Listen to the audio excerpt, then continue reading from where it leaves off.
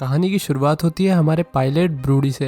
Broody बड़ी आफत में है क्योंकि ये अपनी ही फ्लाइट के लिए लेट हो रहा है। इसी भगदड़ में इसकी बेटी का कॉल आ गया जो वीकेंड पर अपने पापा से मिलना चाहती है। लड़की को लग रहा है कि पापा सैटरडे तक आ नहीं पाएंगे, तो पापा ने उसे याद दिलाया कि वे ऑटो ड्राइवर नहीं एरोप्लेन ड्राइवर है, आई मीन पायलट। ब्रूडी फाइनली प्लेन पर पहुंच गया। अगर उसे थोड़ी और देर हो जाती तो शायद उसे ऑटो ही चलानी पड़ती। खैर, प्लेन में उसे उसका को पायलट डेली मिला।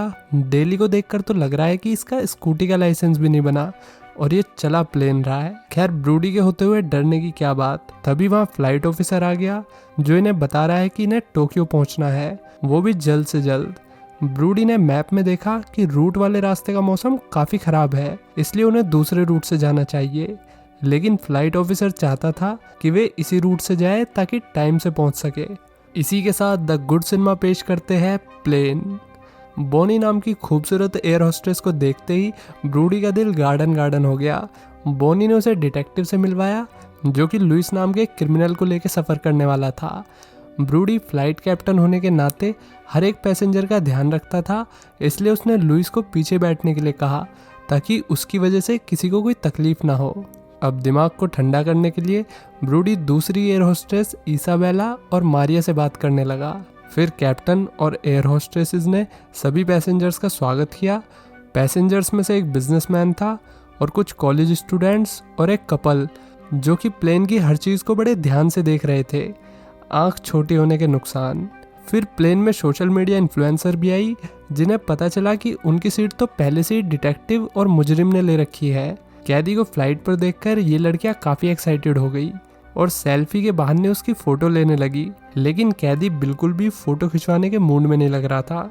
अब ब्रूडी ने सबको कहा कि अपनी कुर्सियों की पेटी बांध लीजिए क्योंकि मौसम बिगड़ने वाला है। पहले तो सब सही लग रहा था, लेकिन फिर प्लेन उस जगह पहुंच गया जहां मौसम ख़राब था। थोड़ी देर बाद प्लेन एक बिजली से टकराया जिसके चलते पूरा प्लेन हवा में ही नाचने लगा।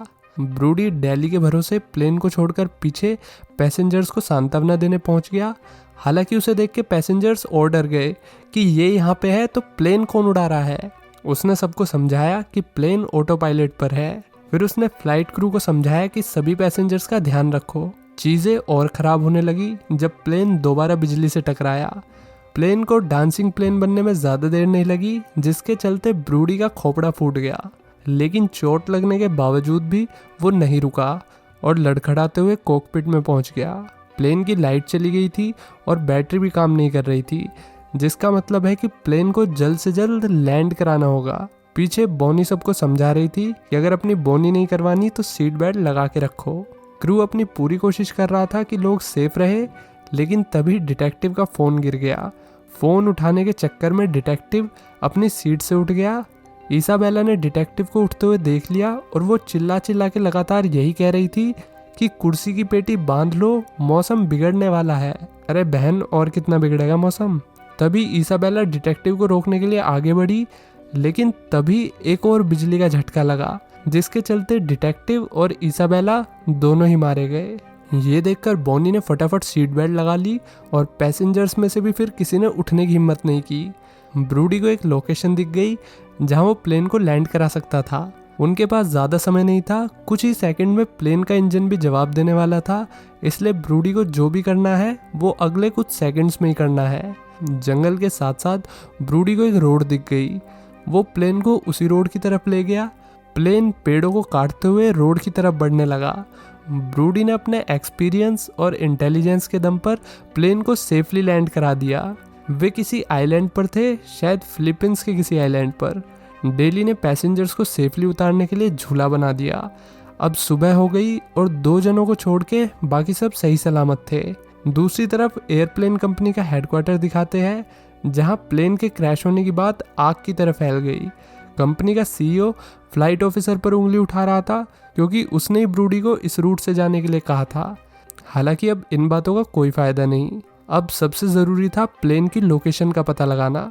इधर आइलैंड पर बोनी ने ब्रूडी को एक चाबी दी जो कि लुइस की हथकड़ी की चाबी थी। फिर ब्रूडी अपने को पायलट डेली के साथ ये पता लगाने की कोशिश करने लगा कि इस वक्त वे एग्जैक्टली है कहाँ पे, और जल्दी वे एक नतीजे पर पहुंचे जिसके हिसाब से वे इस वक्त जोलो आइलैंड पर थे। ये सुनते ही डेली का चेहरा पीला पड़ गया, क्योंकि जोलो आइलैंड कोई मामूली आइलैंड नहीं था, बल्कि इस आइलैंड को एक खतरनाक टेररिस्ट ग्रुप रूल करता था। यानी कि अब ये एक ऐसे आइलैंड पर फंस गए जहां इनका सामना कभी भी एक खतरनाक टेररिस्ट ग्रुप से हो सकता है। ब्रूडी ने हालात की गंभीरता को समझते हुए ये बात पैसेंजर्स को ना बताना ही ठीक समझा। इसके बाद ब्रूडी और डेली ने प्लेन की बैटरी को ठीक करने की कोशिश की, लेकिन बात नहीं बनी।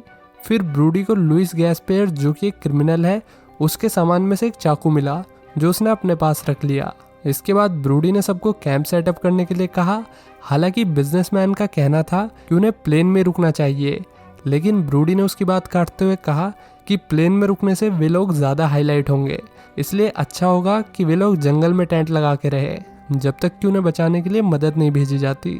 बिजनेसमैन को छोड़कर सभी लोग ब्रूडी के फैसले से सहमत थे।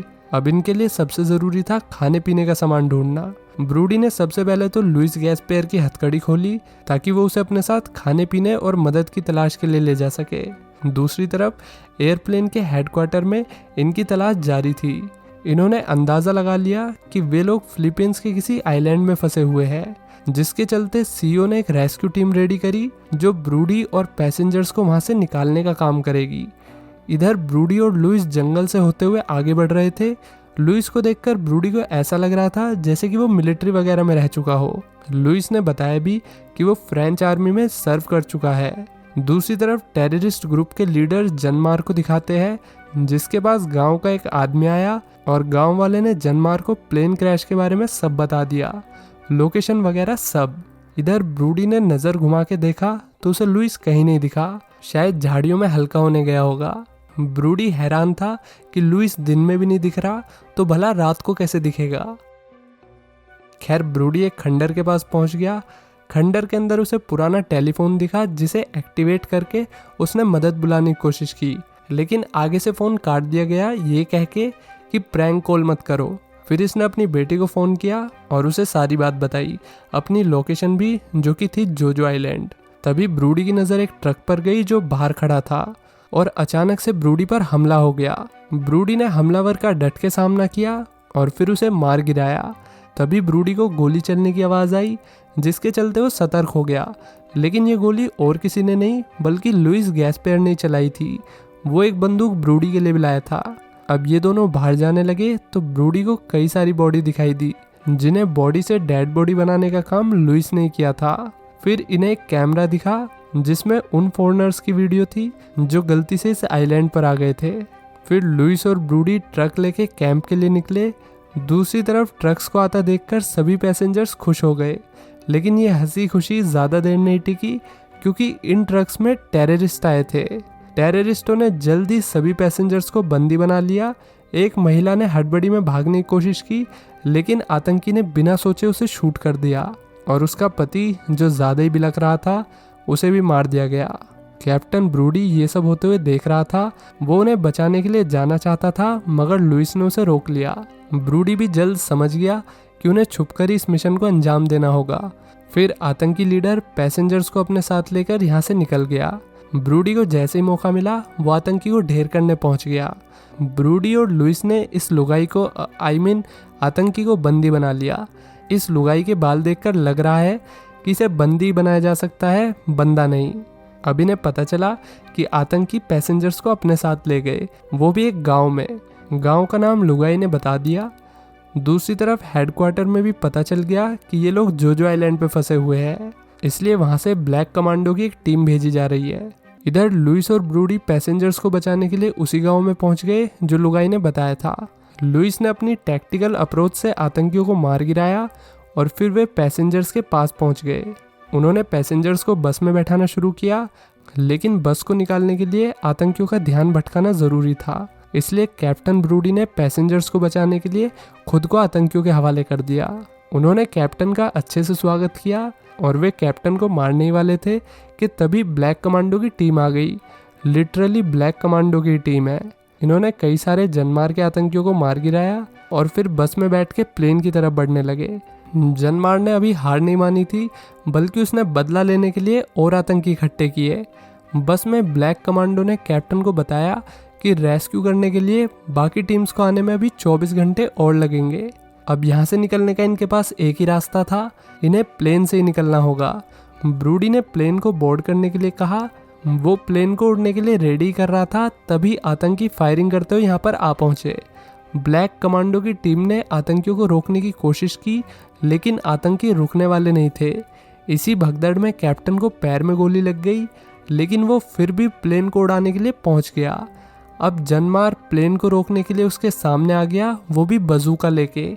लेकिन बंदूका चाइना से इम्पोर्टेड थी, तो टाइम पर धोखा दे गई और कैप्टन ने प्लेन के पहिए को जनमार में घुसा दिया और फिर पास के एक लैंडिंग स्पॉट पर प्लेन को लैंड करा दिया। कैप्टन ने अपने साहस और किस्मत के दम पर सभी पैसेंजर्स को बचा लिया। इसी पॉइंट पर ये मूवी यहीं ख़त्म हो जाती है। कैसी लगी आपको ये वीडियो, लाइक कमेंट करके बताइए।